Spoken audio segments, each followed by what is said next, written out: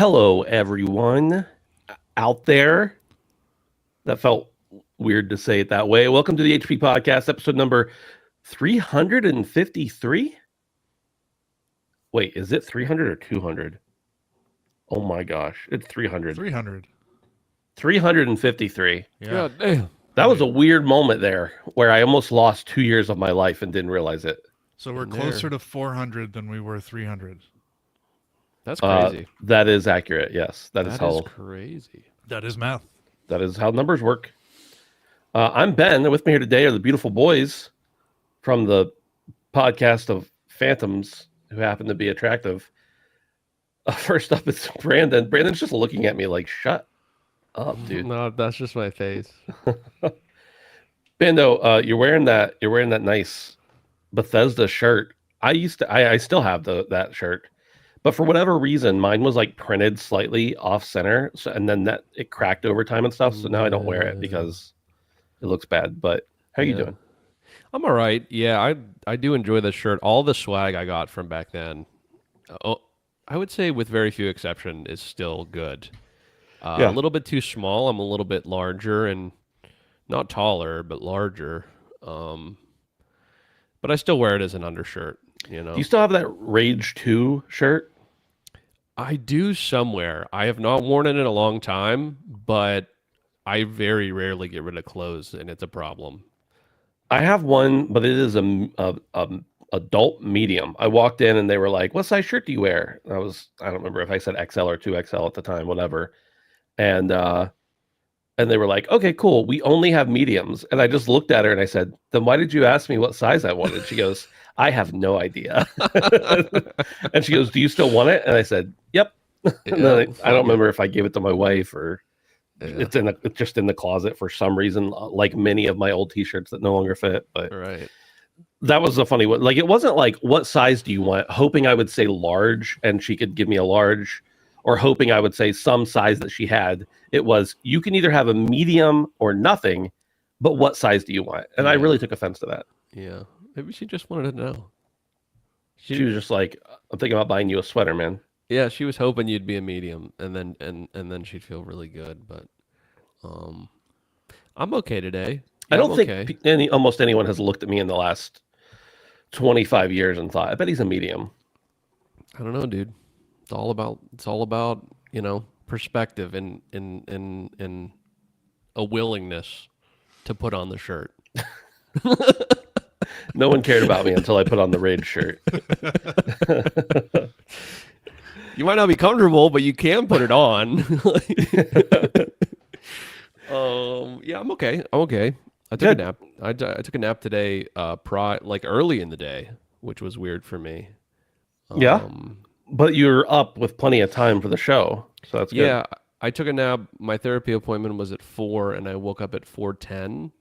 Oh, good.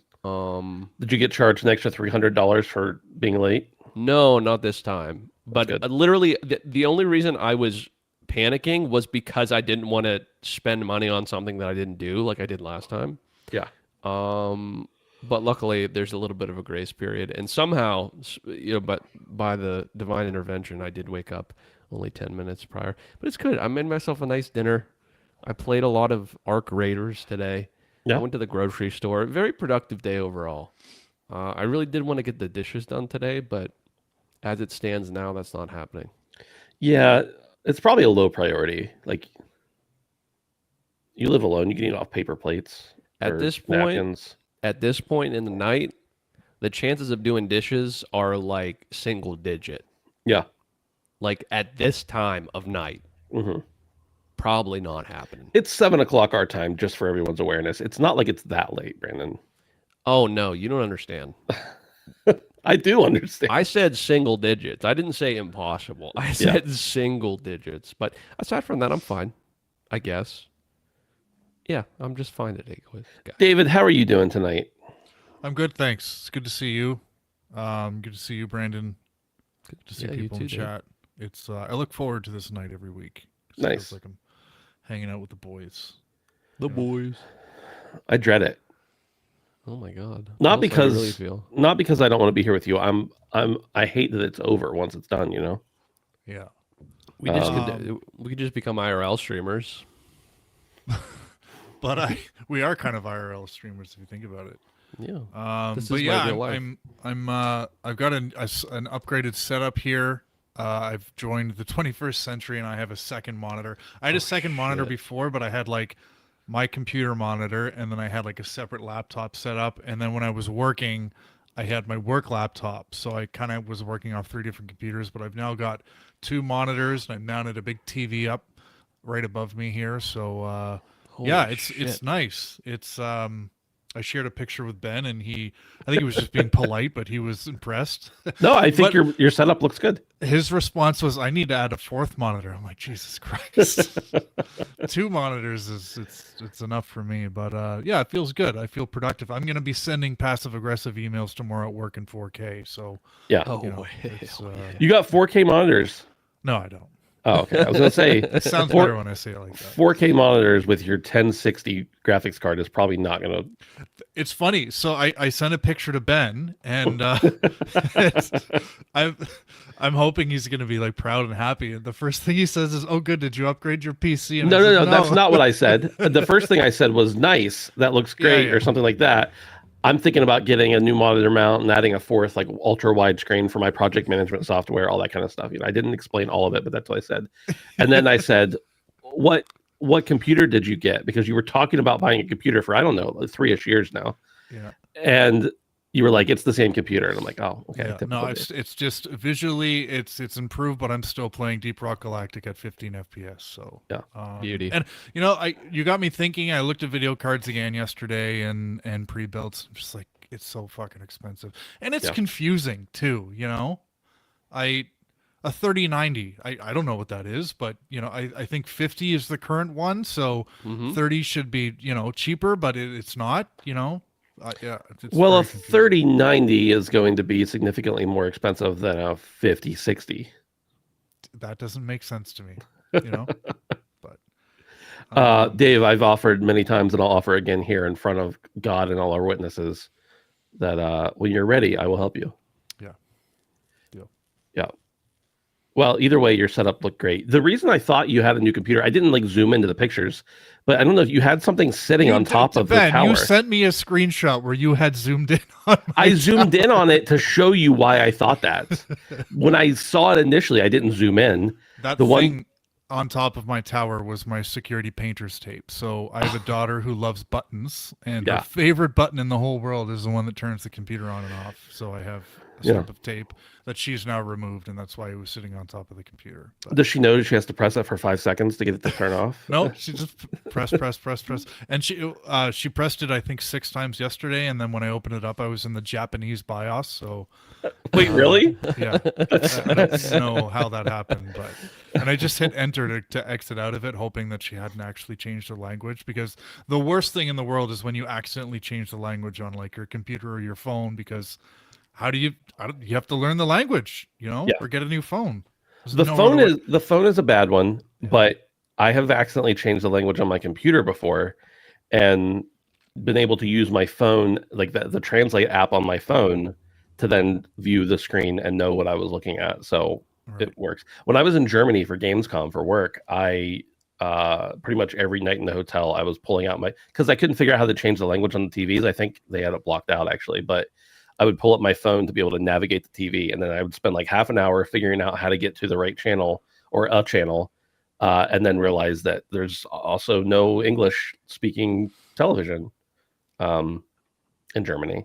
So do you just hold the phone up to the TV and it translates? Like, does it like pull it up on your camera, or? Yeah, so I have an app that I think it's just Google Translate. Okay. That you can actually you can either take a picture or a live video, and you just it translates it in real time to what it is. Cool. Yeah. How was German Family Guy?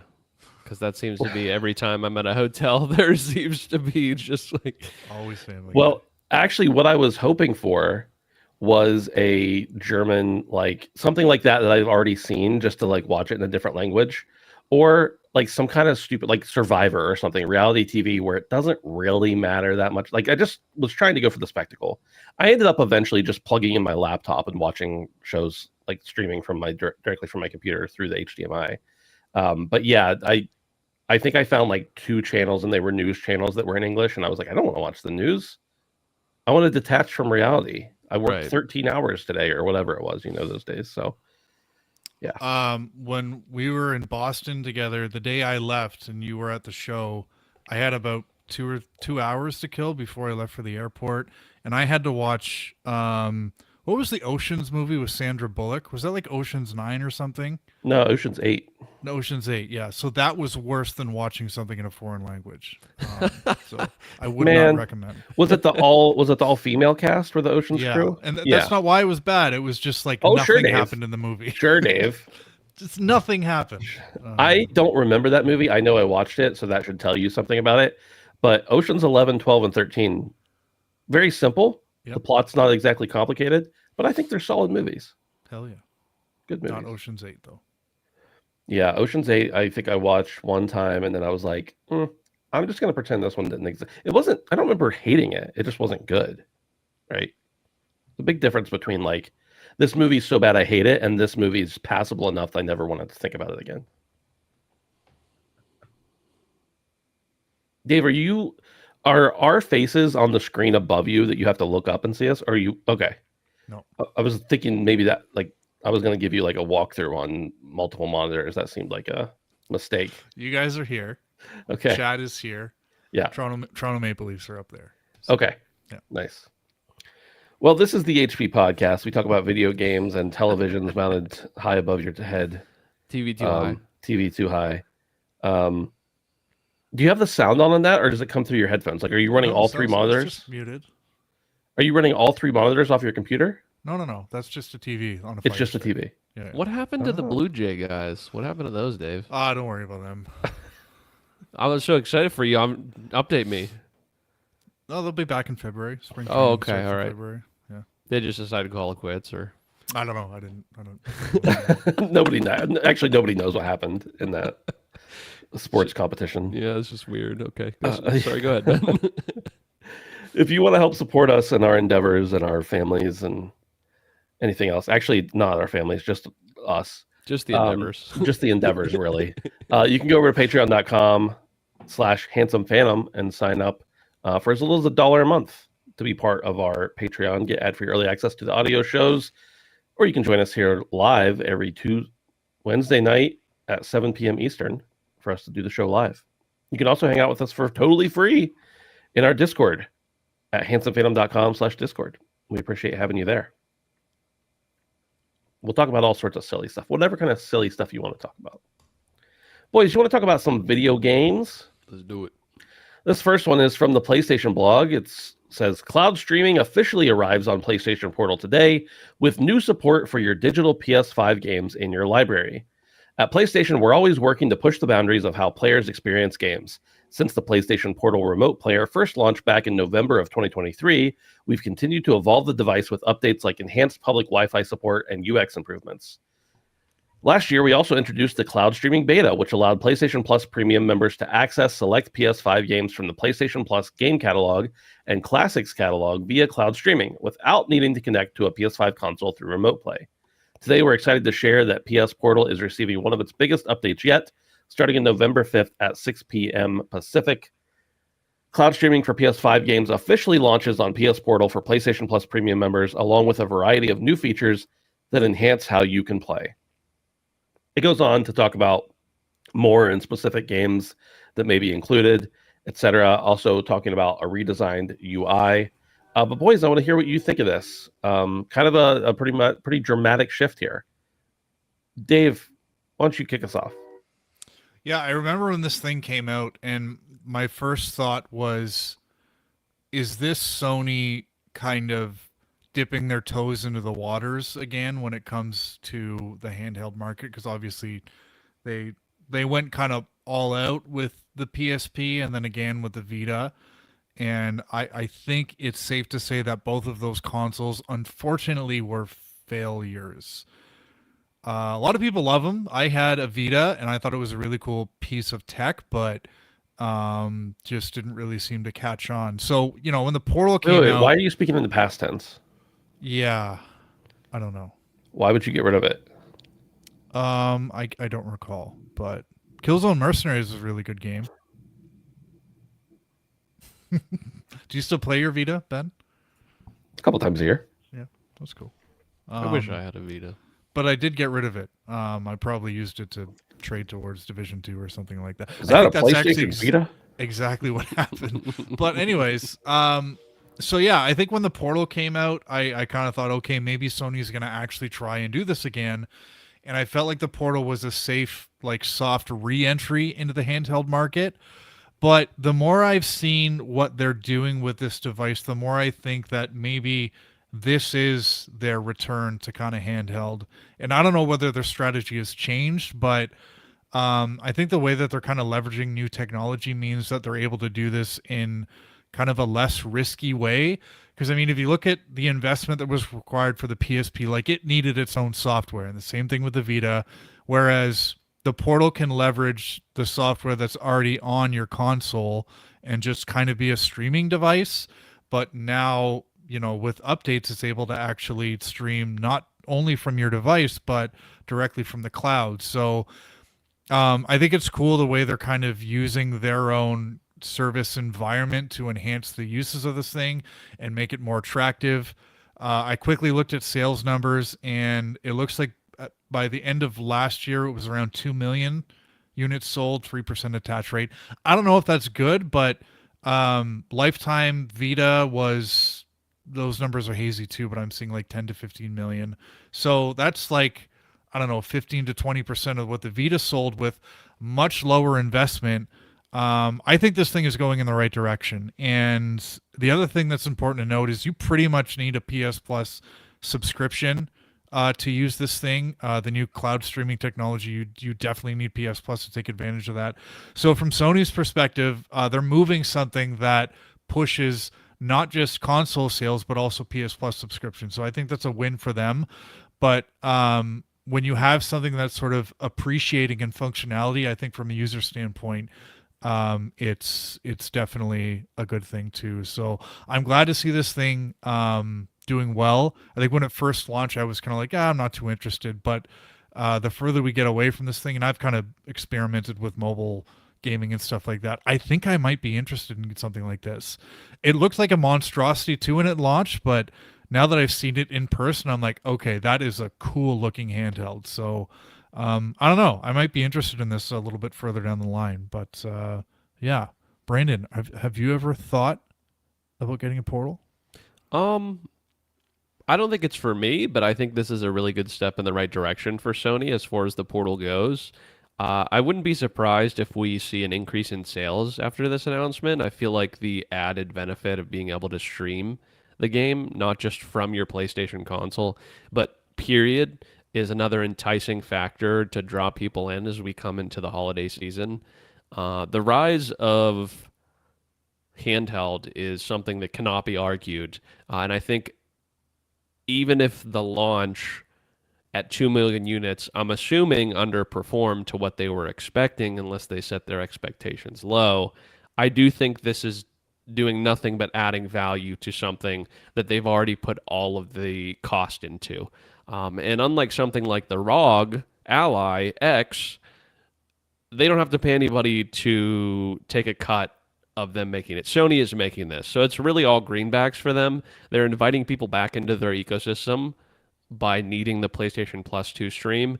And if you had it to begin with, then you already had a PlayStation anyway. So really it's a nice tool for people, and I think this does nothing but adds value to something that 2 million people already bought, and this will entice more people to buy in. I'm positive of it. So yeah, and I think in addition to adding value to something that millions of people have already bought, this also opens up the avenue for people to be able to get in the door to PlayStation cheaper, because before you needed to have the $500 or now more than $500 PlayStation. Is it more than $500? Either way, the expensive PlayStation, all consoles are kind of expensive. And then you also needed to buy this hardware, and then you needed to have decent internet to stream it to it. With this, conceivably, you could not own a PlayStation, just have the Portal, sign up for PS Plus and have access to those games, and then also make purchases on the PlayStation Store, presumably. So it enables people to get into the ecosystem without having the traditional home console, which why would PlayStation not want that? They want more people to buy more of their stuff. If you're able to play it elsewhere, you're going to buy more games, most likely. They want you to sign up for PS Plus, of course. And then also, like, if you're not buying their games from them or buying games from them already because you don't have a PlayStation, well, if you can get in the door for $200-300 for this thing and maybe make a few purchases and also the subscription, like, it's just a win-win-win for Sony. And I think this is a win for consumers as well, because it's not a new product they're rolling out. It's a product that's already out that they're adding value to, in my opinion. So in my opinion, this is the right way to roll this thing out. It would be nice if I still think it would be nice if it had native support. But of course, once you start adding in extra components for processing, once you add in extra components for battery, all that kind of stuff, it no longer becomes a cheap console. Yeah, the price goes way a cheap handheld. Yeah, exactly. So I understand why they didn't do that from the beginning, but this is a great next step, in my opinion. $200 is huge. I mean, being able to, like, let's say, I didn't know if that was going to be a possibility. I kind of assumed it would be, that you would be able to play it without a PlayStation, whereas prior you had to have both. And that ends up being a very large price tag. I mean, we're talking $500 or $600 plus the $200 cost of the console, plus the PlayStation Plus. So now, essentially, you could have a $200 console and what is it, $120 a month for the best thing, and you still have saved yourself an insane amount of money. You still would be paying a third of what all those other things together cost. I don't think it's $120 a month.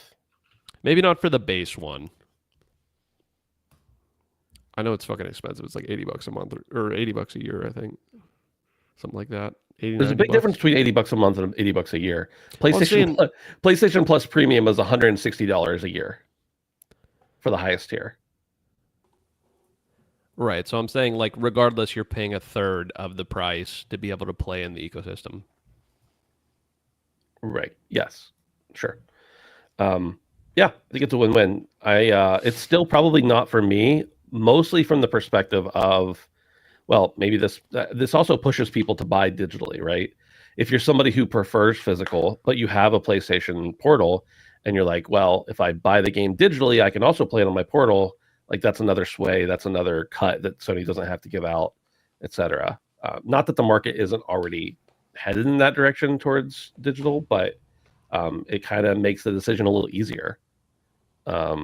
If you're somebody who's like willing to go digital but you prefer physical, it's definitely the easier decision that, okay, well, I'll just go digital because now I can play it on my Portal too. So that's good. Radic wants to know, what do you think this new handheld will be called? The PlayStation Porthole. The Porthole. Yep, that's it. I think we settled that one. Cool. All right, on to the next thing. Unless you guys have anything else to say. GameSpot says Switch 2 demand has exceeded expectations. Nintendo apologizes for global shortages. Brandon, I know you're going to love this story here, buddy. The Nintendo Switch 2 has sold more than 10 million units through September 30th, representing the most successful launch of a new platform in Nintendo's history after the first 4 months. Given this, it's a little surprised that Nintendo also disclosed in a recent earnings announcement that demand for the Switch 2 exceeded Nintendo's internal expectations. The company apologized to people who were not able to get a Switch 2 right away due to shortages in some regions. This isn't likely a reference to the US, as the Switch 2 has been readily available for purchase. But shortages are annoying and frustrating for anyone who had to endure them, and Nintendo promised it's making efforts to meet the demand going forward. The Switch 2 having a successful start despite its relatively higher cost was no surprise given the pent-up demand for the console. But the next test for the console will be the holiday season, when potentially more price drop conscious shoppers look for something to buy. Nintendo is optimistic about the Switch 2's future, recently raising its sales projections for the console from 15 million to 19 million for the current fiscal year. The original Switch, meanwhile, will continue to be sold, but Nintendo is forecasting lower sales. The company now expects to sell 4 million Switch consoles in the fiscal year, down from a previous prediction of 4.5 million. However, Nintendo is boosting projections for Switch game sales up from 105 million to 125 million for the current fiscal year. Dave, I think a lot of people including you, when this system came out, said, "Nah, it's just not for me," because of the price and maybe the added benefits and all sorts of factors that go into it. But there were people who were like, "This thing's gonna bomb," and that's clearly not been the case so far. Um, Nintendo once again has beaten expectations, their own expectations even, which is a story we feel like we constantly talk about with them. What say you? Yeah, I call bullshit on the whole it exceeded our expectations. I think this is a manufactured scarcity thing. And I'll call bullshit on it, but I think it's a smart strategy. I think if you build that perception that you have a hot ticket, that you have something that is going to sell out quickly, then that's good PR. And I think that helps to create sort of a longer sales tail, because then when you do replenish your stock, people see it and they want to snatch it up because they think it's going to go again. It's just simple kind of manufacturing scarcity. But Wait, question on that real quick. I would probably agree with you to some extent, but I'm wondering if that's like they're talking to their stockholders here, right? Like obviously the public is going to hear about it too, but I think Nintendo has done scarcity tactics in the past, false scarcity tactics in the past, probably. It's clear they didn't do that everywhere, as they mentioned in the U.S. It's been readily available, but do you think? I don't know. I don't know what their stock rules are as compared to many others, but it feels like they wouldn't be able to say there's scarcity to their stakeholders if there wasn't.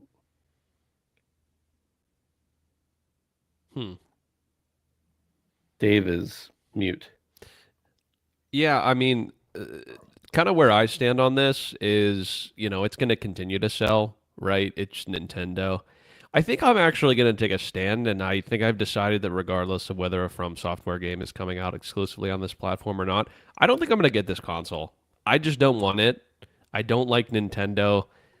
I like a couple of their games, and I never get the life out of this console that I should. And so, I don't know, man. I just don't think it's worth spending the money on when in reality I'm going to spend a minute amount of time to spend this amount of money. Yeah. Fuck Nintendo.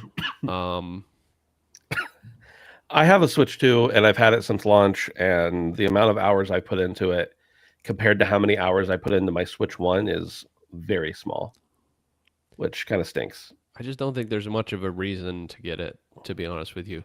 Yeah. In my opinion, the new Mario Kart is mid. It's fine. I don't have much of a drive to play it. The only two things that stand out to me at all are Donkey Kong, the new Donkey Kong game by the Odyssey team, and inevitably when the From Software game comes out. And do I really want to buy a whole new console for 2 games? I mean, that's almost what I did with the Switch 1.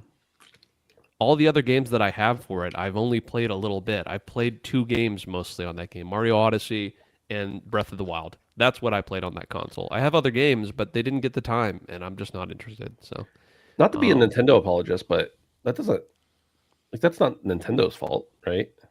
Yeah, I know, but I'm saying I'm not doing it. I don't give a fuck what they do. Right. Fuck Nintendo, as I said, but... Dave, are you back? I think so. You tell me. Okay. Yeah, I hear you. So I'm going to kind of play devil's advocate a little bit here. And I think that their software lineup has been the best part of the Switch launch. And it's the one thing that's made me want to invest the money to pick this thing up, because I think launching with Mario Kart is really smart. I think having Donkey Kong close behind it, then rounding out the year with Metroid Prime. I know that probably doesn't have the mass appeal that something like a Mario or Zelda does, but I still think that's a pretty solid Nintendo Switch 2 lineup for year one. And we've heard rumblings that Mario isn't far behind, and I'm sure Zelda's coming soon too. So I think as far as like year one software lineups go for Nintendo, this has been a pretty good year if you're a Switch 2 owner. And like I don't know, I guess I'm a little bit the FromSoft thing, like to me that's the kind of game I want to play on like a cutting edge console, not so much a Switch. But I think their first party stuff has been pretty good, and that's the one reason why I'm like, the hardware itself isn't enough of an evolution in me where I need to get my hands on it, but the games look great. So I don't know. I think that's kind of played in a lot to why they've moved so many consoles. But it's Nintendo. It's regardless if you launch with nothing new, they were still going to fly off the shelf because that's just what they do. Unless it's Labo. Or the Wii U. Maybe I have like a very interesting perspective on this, but that's even with 3 games. That's playing on PC. I'm like I have a million games all the time, and so 3 games that seems weak as fuck to me. And maybe that's just me coming from that Nintendo first-party games. I guess I don't know. Yeah, I Like think it depends. PS2 Like, graphics, but yeah. obviously, Brandon, people like us who primarily play on PC are not the target audience. Like, it's going to be a secondary or thirdary. I don't think that's a word.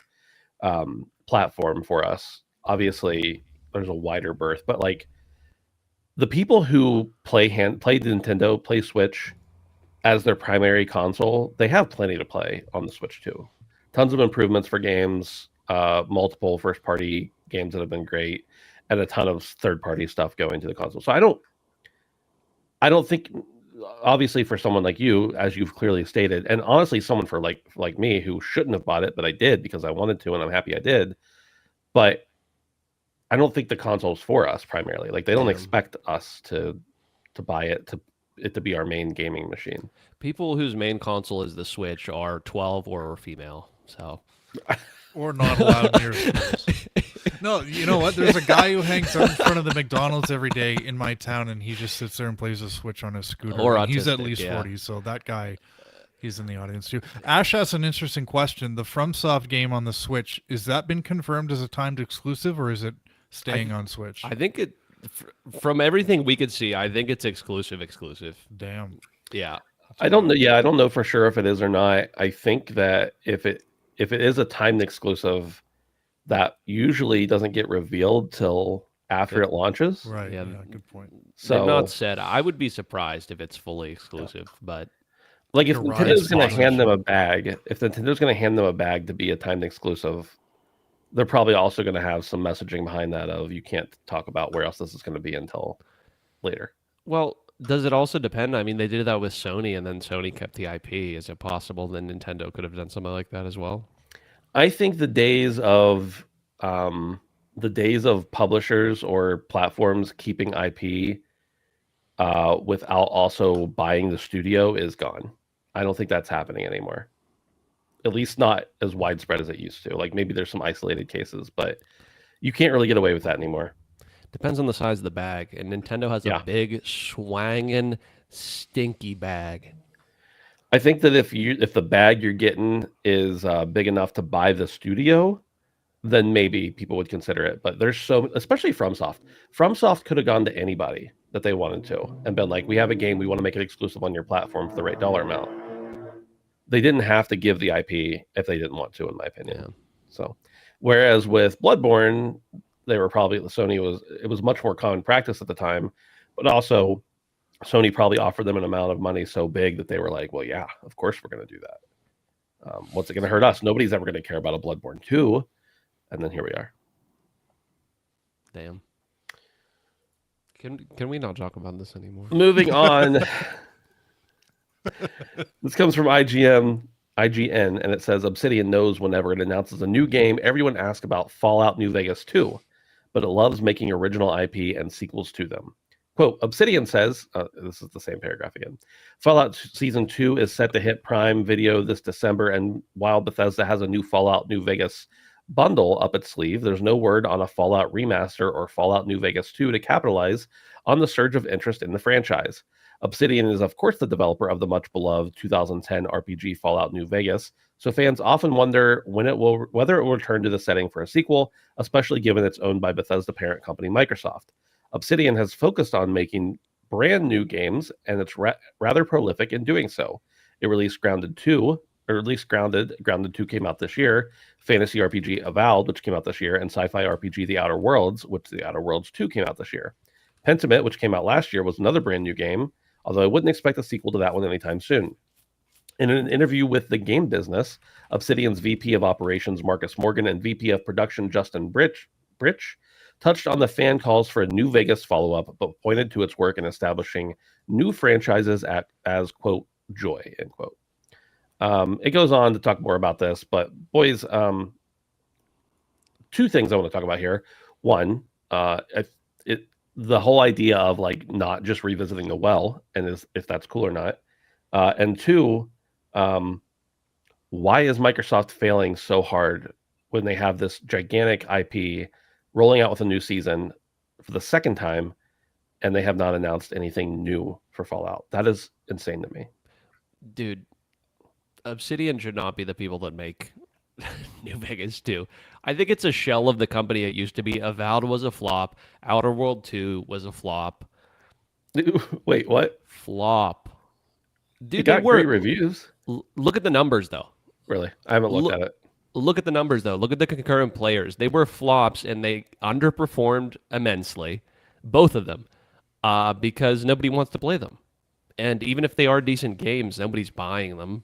And so, like, I just don't know.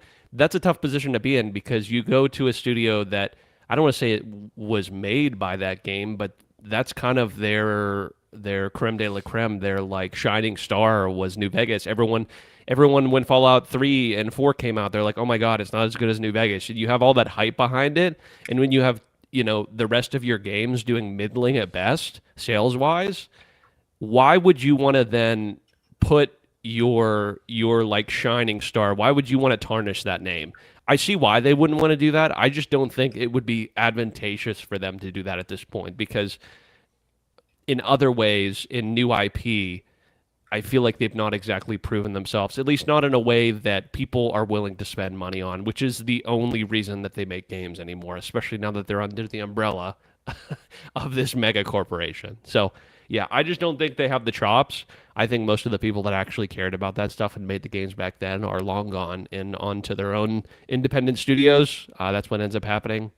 The people that have the passion leave.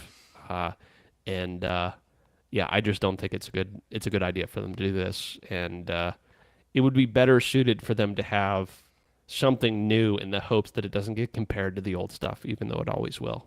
Instead of making a direct comparison, 1-to-1. You get what I'm saying?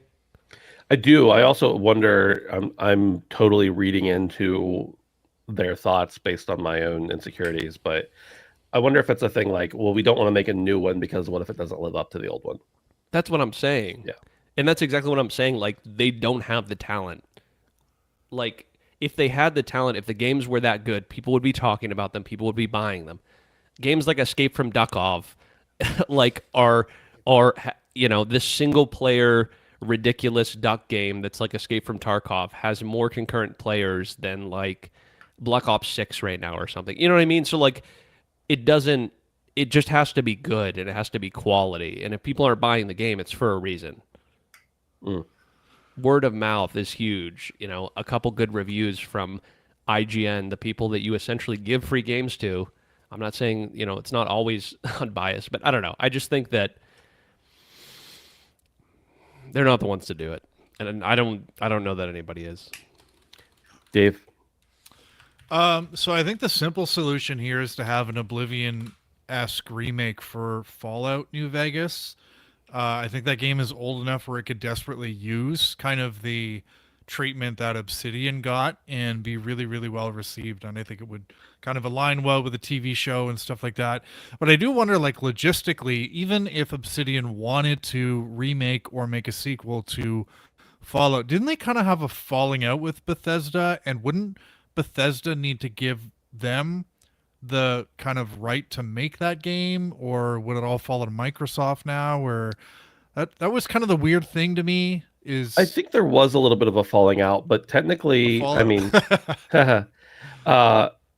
Microsoft owns Obsidian and they own Bethesda. And if Satya Nadella says, right, we're giving this game to Obsidian, what's Bethesda going to do? Unless there's something in their buyout contract that says that can't happen, which I doubt. Anyways, but yeah, I think a remake would be well received, and I'm pretty pessimistic when it comes to remakes. But having just recently jumped back into Fallout 3 on 360, I think that New Vegas would be a good candidate for that kind of treatment. But just kind of addressing Obsidian as a studio, I love Obsidian, and contrary to kind of how Brandon feels about their recent games, I thought Avowed was excellent. I loved the first Outer Worlds. Haven't had a chance to check out the second yet, but I feel like I love that this studio has the opportunity to make new IP, and I assume they're getting, the Microsoft bag, and that's why they're able to take these risks with new IPs, because I agree to an extent that their games don't appear to sell all that well, but I think they're quality games, and what I love about them is they are Obsidian games. Like, when you play them, you know you're playing an Obsidian game. They have the personality, they have the gameplay feel, they have the narratives that are like kind of fantastical but also a little bit silly and fun, and you just know what you're getting from them. So from a personnel perspective, I don't know who's come and gone. I assume there's been some turnover, but I still feel like I wouldn't have to see the name of the game or the studio to know I'm playing an Obsidian game, and that's something I like about them. But on the other side, I do kind of feel like they've turned into a Game Pass studio, which is, I don't really know how to explain what I mean by that, except that when I start to play their games, even if I'm really into them, I don't really feel the drive to complete them to 100% like I would, just because, again, so much of their stuff is on Game Pass. So I do wish that they would, try to move away from kind of the game pacifications of some of their games, and they're owned by Microsoft, so that'll never happen. But in any case, I love what they've been putting out, and I love that they've been giving the freedom to kind of try new stuff. The only other thing I'll say is, I know that they do make new IP, but I always kind of felt like Avowed was supposed to be the middle finger to Bethesda's Elder Scrolls, and Outer Worlds, in my opinion, is a more well-rounded experience than Starfield. And I know these don't necessarily need to be kind of compared, but it's tough to not compare them when you look at kind of the pedigree of the studio. But yeah, I love Obsidian, and I'm really looking forward to finally checking out Outer Worlds 2 when I get the chance. So yeah, I hope they continue to do this stuff. And just to be clear, I just want to make sure, I've not played Outer Worlds 2, played a little bit of Outer Worlds 1, and have not played Avowed. I don't really want to. You just said categorically, Brandon, I hate Avowed. I'm just Obsidian saying sucks. that they don't sell well, and that's a fact. That's just a fact. So nobody wants to buy them, and I don't know why, but nobody does. So, well, I mean, that's an entirely different conversation, but I feel like people aren't buying them necessarily. People are still buying them to some extent, but because they're on Game Pass, and does that make Game Pass more valuable or less valuable as far as Microsoft is concerned? Like, people are playing their games, but are they paying for them, or are they part of an ecosystem to get access to them? You could argue that one is better than the other, but I don't know if it matters what we argue, because we don't have the actual firm numbers. But right. Regardless, we know that Microsoft wants people on Game Pass, and if this studio is feeding Game Pass and keeping people there and getting good playtime, then it's worth it to them. And that's, as long as it's making money, it doesn't matter how they're getting it to them. But I tend to agree with you, Brandon and Dave, that they do feel very much like a Game Pass. Like Avowed, I played a few hours of it and I was like, okay. I kind of want to play the Outer Worlds too, but I'm like, well, I'm in no rush, because I'll do it. I'll play it when I get Game Pass again. When did the Outer Worlds 2 come out? 2 weeks ago? Yeah. A week ago? Yeah, about 2 weeks ago. Yeah. And I get that it's like Game Pass, right? But it has like 18K peak concurrent on Steam. And that's not like an end-all be-all, but I don't know. A lot of people play on Steam regardless of, the PC crowd. I'm not saying people don't play on PC Game Pass, but I know myself and a lot of people that I know, if the option is Steam, I'm going to play on Steam because most of my library is there. So I don't think it means nothing that the sold copies are so low. Yeah, I don't disagree with you there. 18K peak concurrence is still a lot. Don't get me wrong, but that doesn't equate to millions of sales. Brandon's also wearing a Bethesda shirt, so. Well, he's allowed to I criticize. like That's Bethesda. how it works. Do you? What games of theirs do you like? I don't like. Name every ZeniMax. game Bethesda's ever made in order. Name 3 Bethesda games. And their Metacritic. Elder like- Scrolls. I don't care for ZeniMax, but I think they have some good studios. I'm just messing with you. He likes Doom. Doom's good. Wolfenstein's good when they don't try and make it into multiplayer. Is Doom good? Did you play the newest Doom? I did. I did. I didn't know if you did or not. I can't remember that far back. Yeah.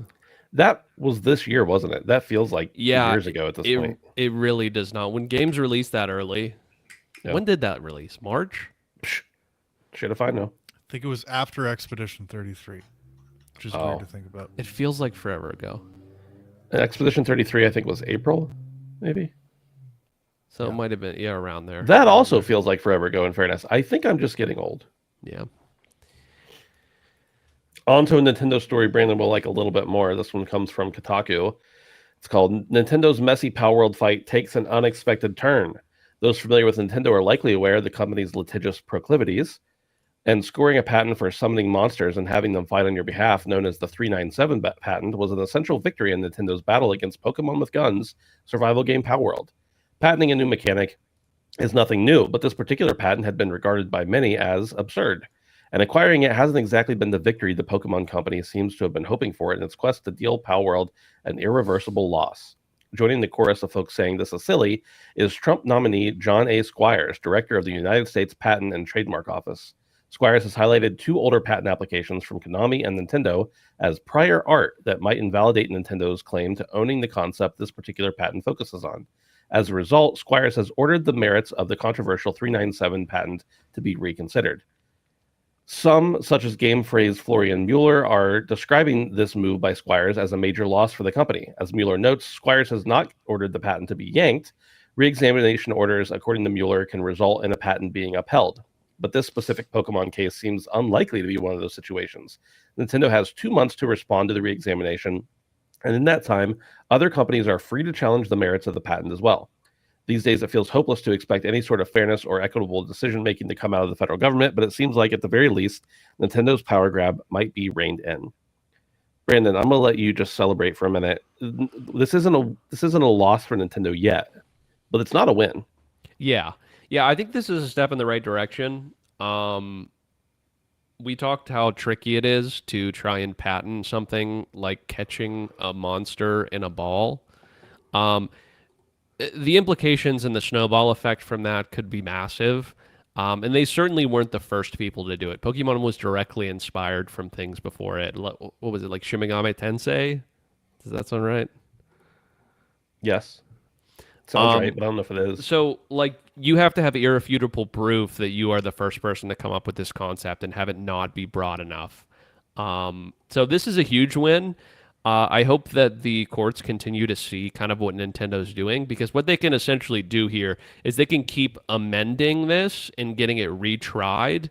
And what big companies often do to little companies is they will keep going to trial with little amendments until they bleed out the other company and they come to a settlement, which usually involves them taking it down or drastically changing. From what I understand, it's usually just removing things. So I'm hoping that this is beginning to be examined in a different way. And I saw some documentation on the internet that wasn't included in this article that, like, the courts were citing very specific details, which they don't always get into, of other games. So there has been, like, a little bit more care put into this than some other things that end up getting caught in the legal system for forever. So I'm hoping this kind of gets squashed altogether, because the bigger implications of Nintendo winning something like this is what is really the problem. And one of the many reasons that Nintendo is evil and nobody should give them money. Dave, what do you think? Yeah, I don't have much to add to that. I certainly don't want to see Nintendo successful in this case. I don't want to defend Palworld here, because I think they knew what they were doing. And there's a lot about that game that just suggests they knew the risks that they were taking, and they were almost kind of trolling the industry. But hey, maybe in the end they'll make a good point that'll set a pretty solid precedence when it comes to creativity. But yeah, I think Brandon kind of hit the nail on the head there, and fuck Nintendo in this particular case. But yeah, My man. Yep. Last year at this time, Dave, we were calling you Nintendo shill, and here you are. You've there we grown. go. Snip, snap, snip.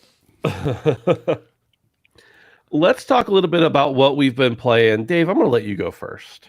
Sure. I've been playing The Ascent, and I have played this game before.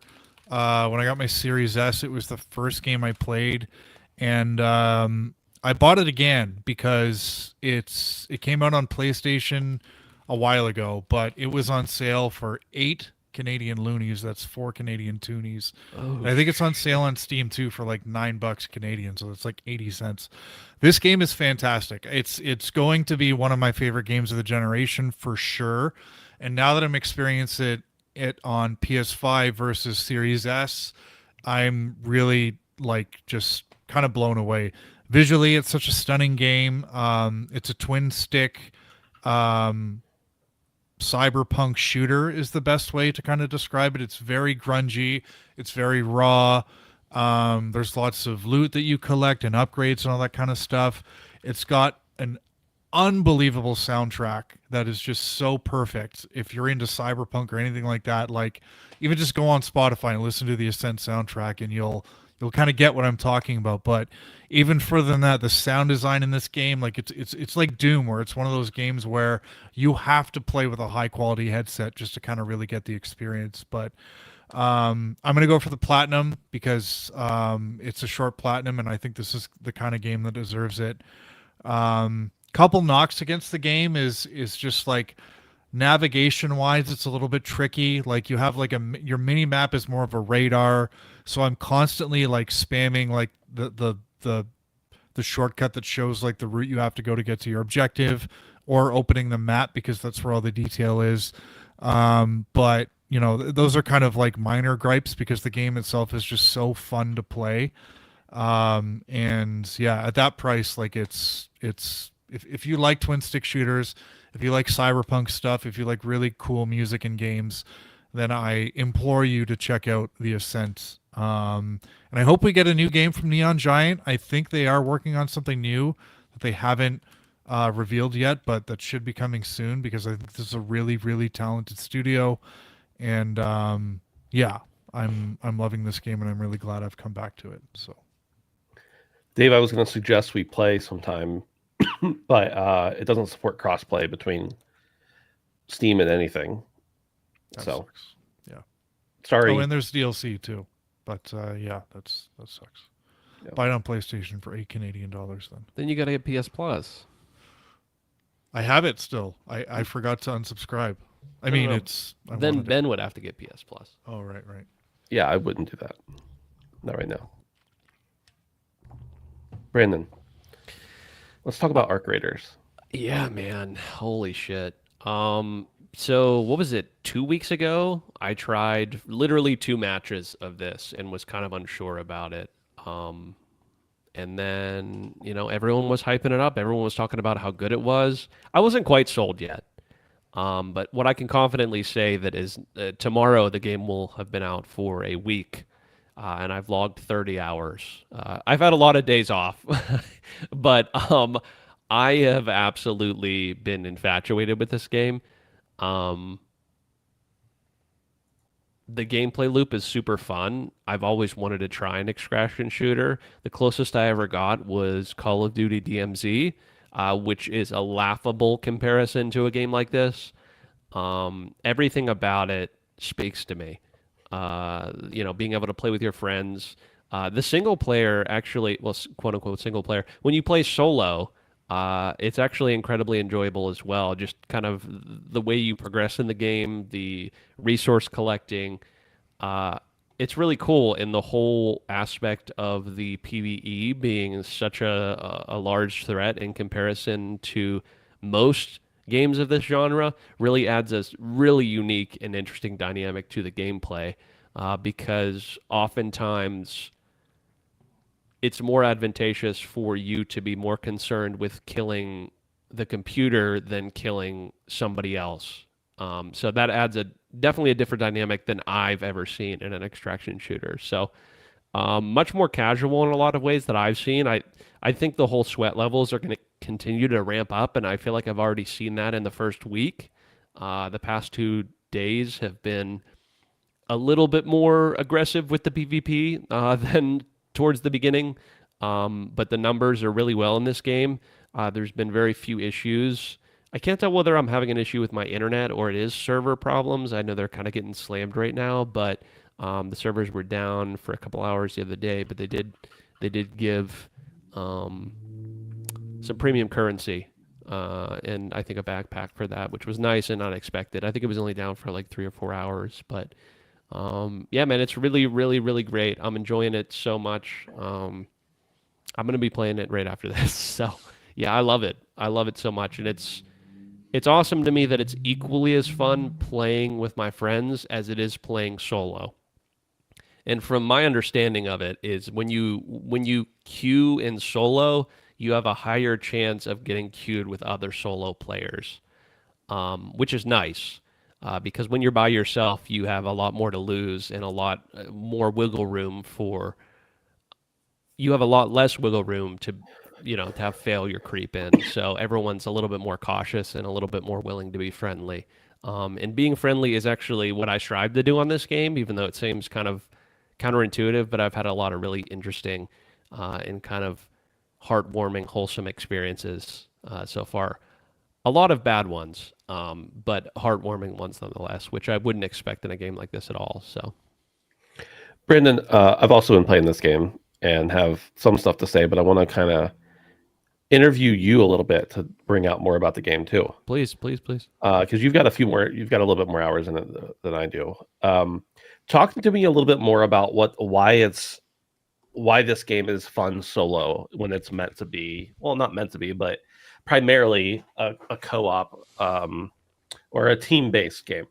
What makes it a good solo game? I think something that makes it good is kind of what I touched on before. I think that the fact that they try and pair you in with other solos kind of gives you a little bit more of a even playing field. So even if you do run into somebody that is trying to kind of take you out in a PvP scenario, uh, it's on even ground. You're not always running into trios or duos. In fact, most of the time when I play solo, I find solos. The other I night, think that is I mean, I know that is the intention, and that the only time they wouldn't put you with only other solos is if they just can't fill the lobby or there's exactly, yeah, which probably isn't a problem right now. right. And with the numbers, probably won't be a problem for a while. But that mixed with the overall way the game works in general, with the PvE being such a threat, I feel like that does also push people into a more cooperative sense. It kind of gives you a more like danger living on the edge vibe, because you never know at any given moment when the person's going to turn on you, and I've had that happen to me quite a bit.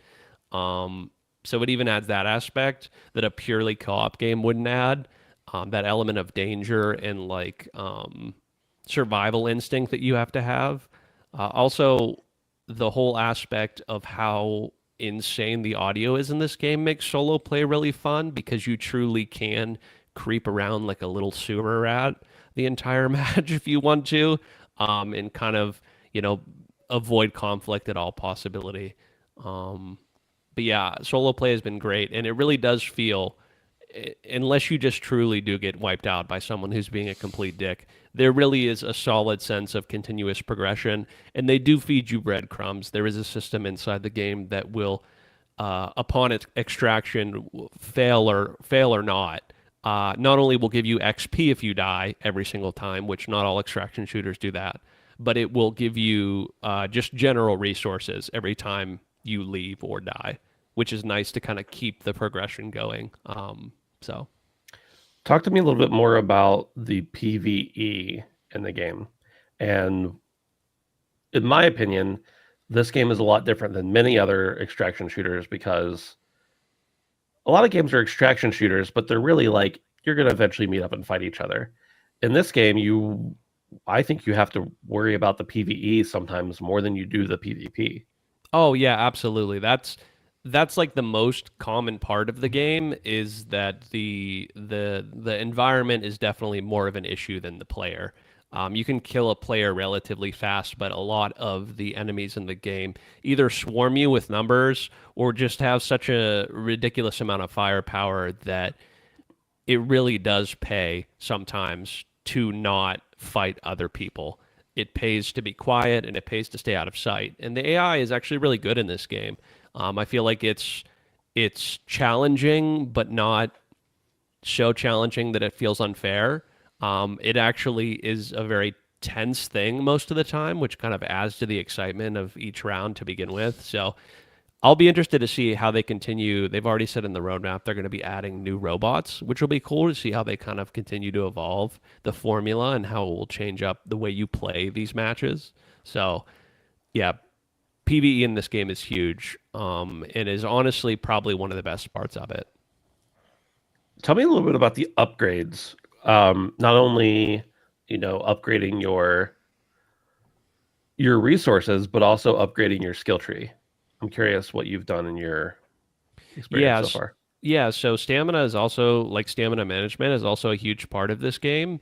Something that I've focused on is increasing stamina and how far you can run with how quickly things can change, whether that be with another player or a lot of the times with robots. Sometimes it does pay to literally just run away, and I feel like that's been invaluable.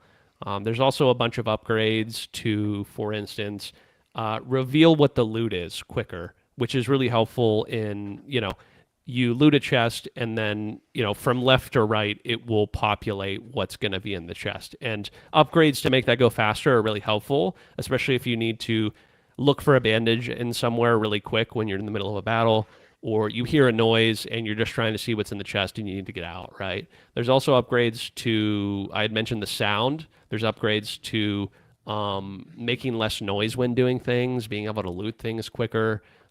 There's specific chests that you can't upgrade or that you can't unlock until you've gotten upgrades. So I feel like starting the game fresh, it feels completely fine. It feels good. But these things definitely do help, but not enough to make it feel like I'm at an insane disadvantage. Like it feels like it's very rewarding to do these things, but not in such a way that if I didn't have these things that these other people that are level 50 have, I wouldn't feel like I'm at a huge disadvantage, if that makes sense. I'm curious how you found the looting system. And one of the things with many games you need to do is like stock up on certain things in order to survive. But in Right. this game, you're really stocking up on things in order to upgrade. And I saw somebody make a comment on a video or a stream or something recently. It was like, does anybody in this game actually use the things they loot? Right. Yeah, I mean that's something that I kind of there is a way to expand your stash capabilities, and that's something that I now have maxed out. And so there did come a point today and yesterday where I realized that I do just have to start using some of the shit that I fucking have gathered, and not be so worried about losing things. Um, at this point, there's the normal tier system that's like, gold, purple, blue, green, white. Um, and I've started to not care at all about green or white things, because I have such a large stockpile of things. If I have 450 of one thing, I need to just start using that thing. You know what I mean? It's just taking up too much room. And that's also an interesting component to not only when you're looting that there is a big component of inventory management, but in the game as well, searching for specific things, searching for specific robots. There is a bit of RNG that kind of, I don't want to say people might find kind of unfair, but that's just kind of the nature of it. Some of the things can be a bit grindy, but I do like the reason to come back and for every run to feel a little bit different. I think that does add a nice length to the game that doesn't necessarily feel unfair. I feel like it allows you to play the game for longer, but not have it seem not worth your time. Thanks, Brandon. I found it easier to talk about the game by asking you questions than I did to talk about it because there's just so much here to love about it. It's so good, bro. I'm like infatuated with it right now. I can't stop thinking about it, truthfully. So yeah, I think it's awesome. I think it's really cool how it's very community driven and community friendly. Like people are very willing to be friends in the game, but also like, hey, let's blast this guy because that's just what you want to do that round, and you have the freedom and the ability to be able to do that.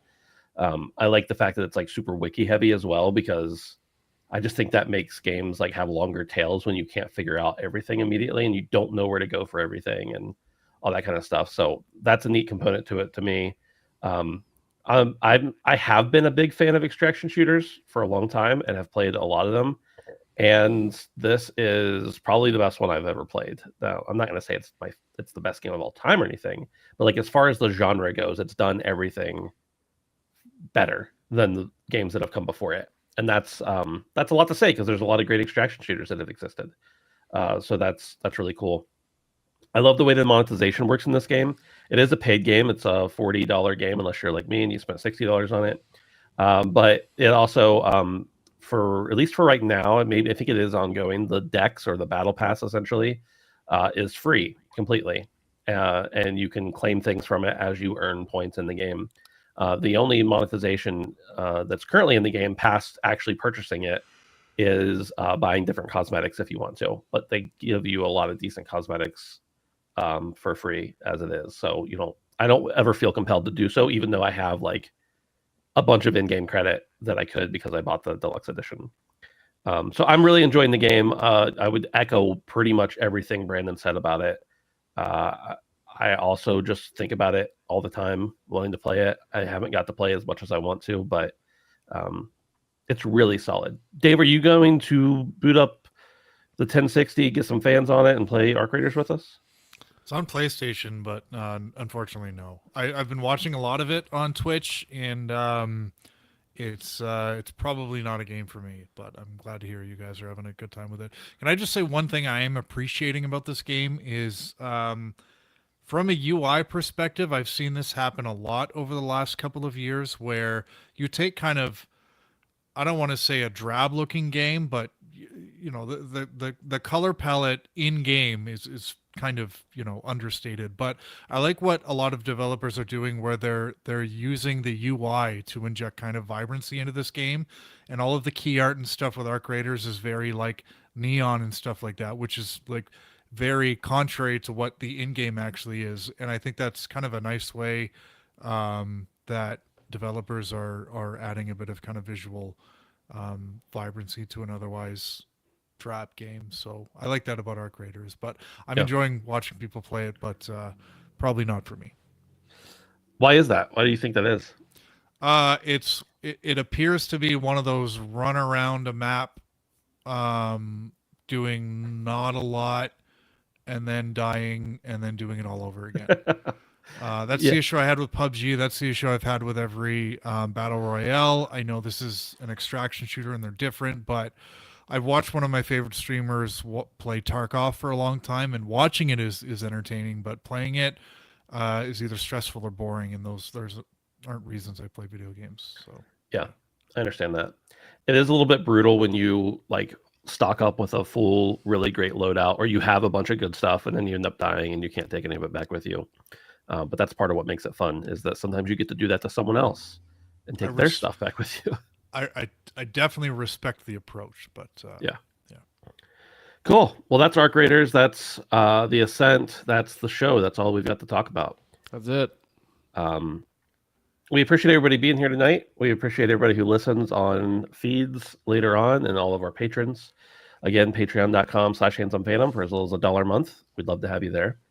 Radic, trolling as normal, says, not going to lie, Fortnite Simpsons took some of the thunder from Arc. Can I say something about Fortnite Simpsons? I was just going to say that.